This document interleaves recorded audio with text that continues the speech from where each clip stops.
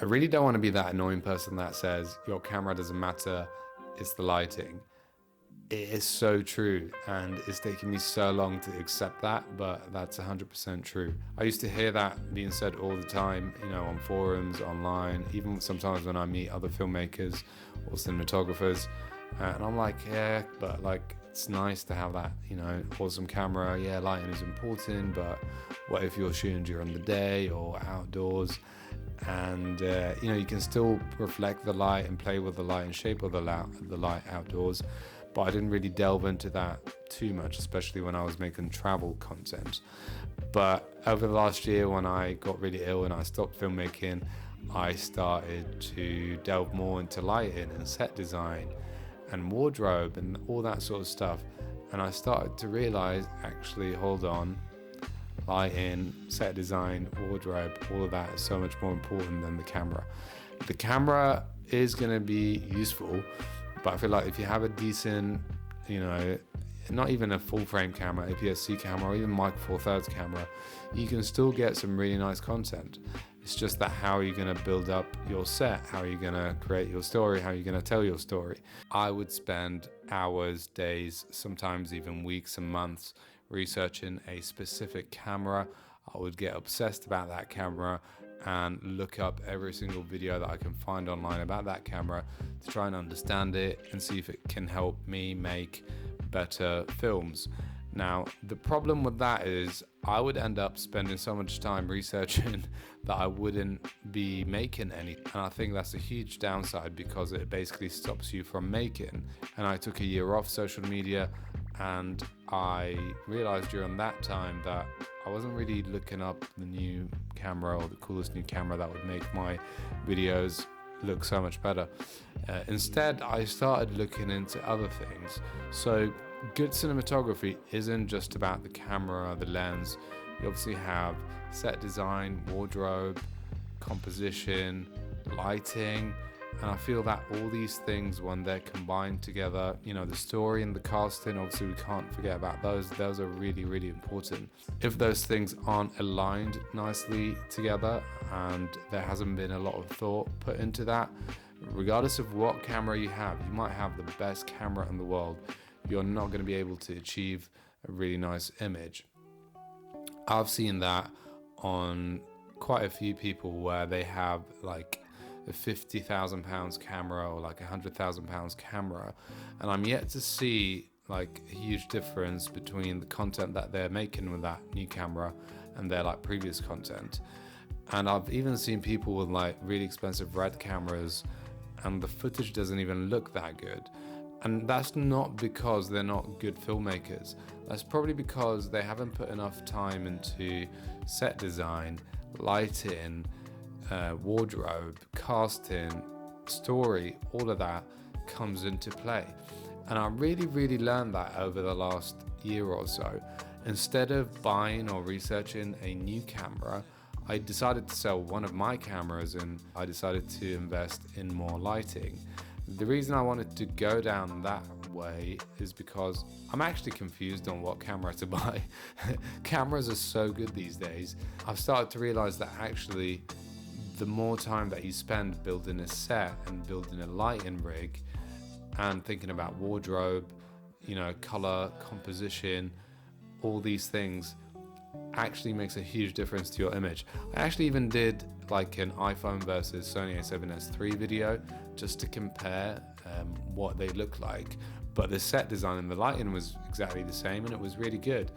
And guess what? It looked identical and I was so shocked. Yes, you can see a difference in the highlights, but I mean it's so minute, like a regular person wouldn't even tell that, which one is the professional camera and which one is a mobile camera. So my point really, and what I'm trying to get here to you guys, is that I really learned that the hard way, because I think I spent the last 10 years chasing that amazing camera and chasing that really good cinema camera, the one with the highest dynamic range and like raw capabilities or like really great low light capabilities. And I almost completely neglected looking at lighting and building lighting rigs. I started to notice once I paid more attention to those things, my images started to look way better than they, used to look like before. So I decided to make these lighting rigs and experiment with different lighting setups. And one of them is what you can actually see right here.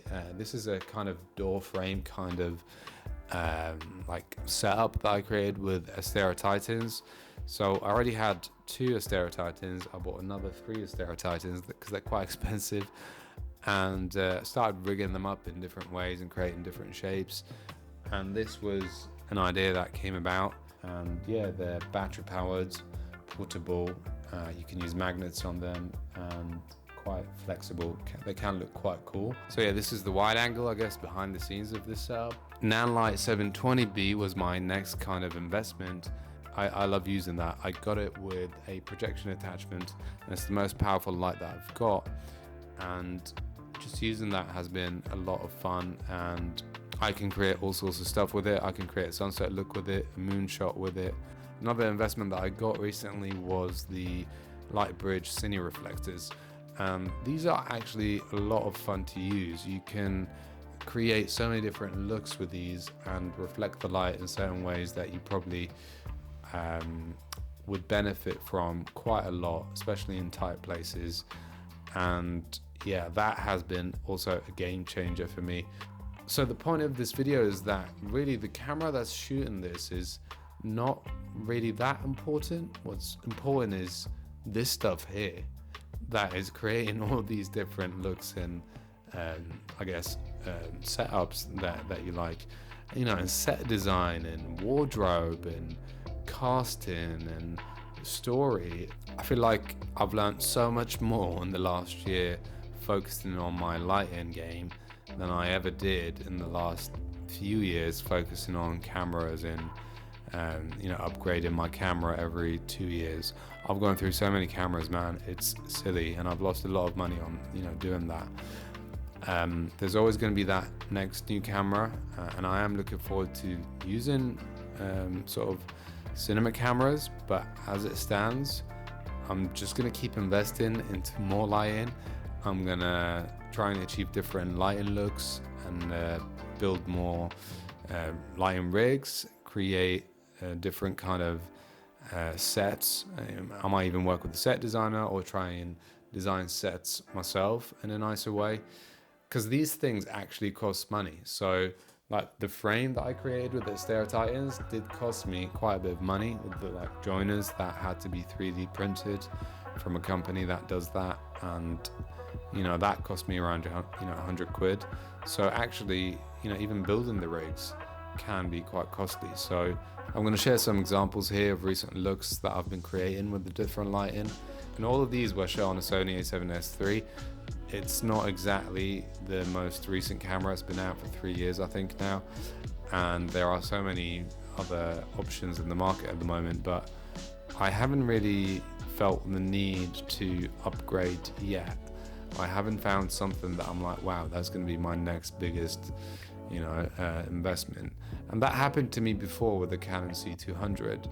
I thought, what, I'm not going to upgrade unless it's like a R8XM Mini or something of that nature. And then I realized that actually the Canon C200 was so big and bulky that it was stopping me from creating content, and I went the other way and I got a Sony A7s3, and I just wasted so much time, money and energy into swapping camera systems and that sort of thing, and I actually ended up wasting a lot of time during that process.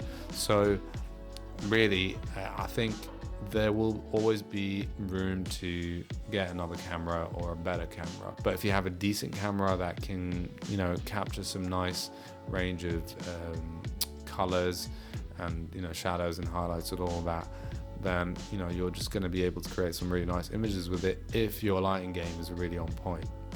And what do you do to get your lighting game on point? Well, invest in more lighting, experiment with more lighting, do self-portraits, shoot your friends, shoot your family, and then you'll find that you're able to create these looks a lot easier than perhaps before, and that gives you more confidence to get that client job and get that higher paying job. And perhaps if you get paid even more for these new skills that you acquired from all these lighting setups, then you can maybe think about upgrading your camera and getting a really big camera if you want. So I've been doing a lot of these short format videos like Reels and YouTube Shorts, and hopefully I'll be making more long form sort of content. And yeah, if you have any questions, let me know, and I will see you in the next one. Peace.